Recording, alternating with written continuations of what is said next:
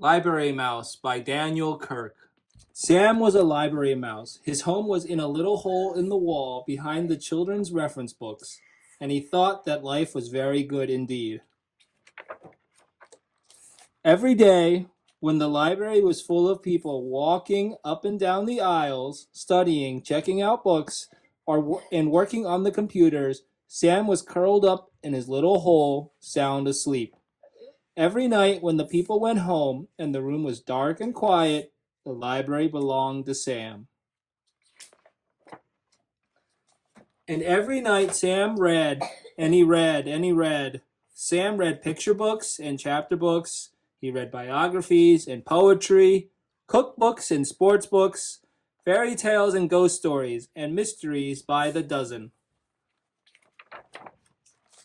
Sam's mind was filled with facts and information and images of faraway places, and his imagination brimmed over with wonder and fantasy. One night, Sam decided that it was time he wrote a book of his own. Sam folded over some of the little squares of paper he took from the librarian's desk to make the pages. Then he found a pencil that had rolled underneath a shelf, and he began to write. Write what you know, Sam had read in a book about writing. So Sam wrote about being a mouse. He drew the pictures for his book by posing in his little mirror and then sketching what he saw. Sam worked very, very hard, and finally his first book was done. He called it Squeak, A Mouse's Life, and he wrote on the cover, Words and Pictures by Sam. He went to the autobiography section of the library, and he tucked his first book onto the shelf. He went back to his little hole in the wall and waited. The next afternoon, sunlight streamed in through the library windows. What's this? Asked the girl whose teacher had sent her to the library to do a book report. I've never seen anything like this before, said the librarian when she put Squeak, A Mouse's Life on her desk. Later, she showed it to the other librarians. Sam decided to write another book. It was called The Lonely Cheese, and working on the book made him feel very hungry. It was a good thing that he always found so many crumbs to eat by the trash basket in the hallway. When he finished the illustration, Sam scurried to the picture book section and proudly placed his latest book on the shelf. Then he went back to his little hole in the wall and waited. The next morning, sunlight streamed in through the library windows. What's this? Asked the little boy who was looking for a book about trucks. Who was looking for a big book about trucks. It's another book by Sam, said the librarian. Just who is this Sam, she thought to herself, and put the lonely cheese on her desk. Later, she showed it to the children at story time. Sam decided to write a chapter book.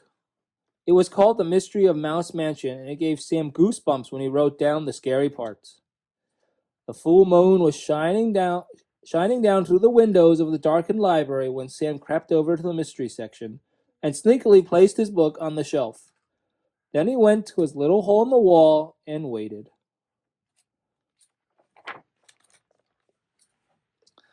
The next day, sunlight streamed in through the library windows. What's this? Asked the teenager who was looking for a good creepy book to read before bed. We've got to find out who this Sam is, said the librarian. I'll leave a note on the bulletin board to tell him that I would like to meet our new author. She put The Mystery of Mouse Mansion on her desk and later showed it to the writing class that came in after school.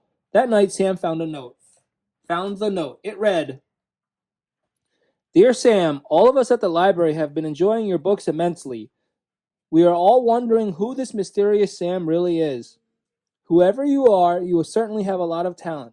Not everyone in it has it in them to write even a single book, let alone 3. We think it would be fun to have a Meet the Author Day with you as our special guest. The children would love to hear you read your books and share some of your secrets for writing. Yours truly, Mrs. Forrester, Head Librarian. Sam felt very nervous. He was happy that the children at the library liked his books. He was flattered that they wanted to meet him, but mice, as a rule, are very shy when it comes to meeting people. Sam could not understand why people thought that writing and making up stories was so hard. If only they would try, they might find out writing was really lots of fun. Sam had an idea. He went to the librarian's desk and got some supplies. All night long he wrote and drew and snipped and folded and stapled his little rectangles of paper into mouse-sized books.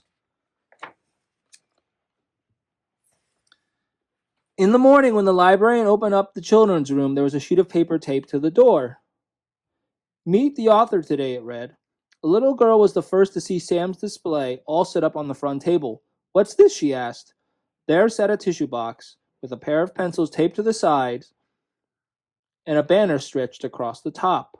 On the banner it was written, Meet the author, with an arrow pointing down.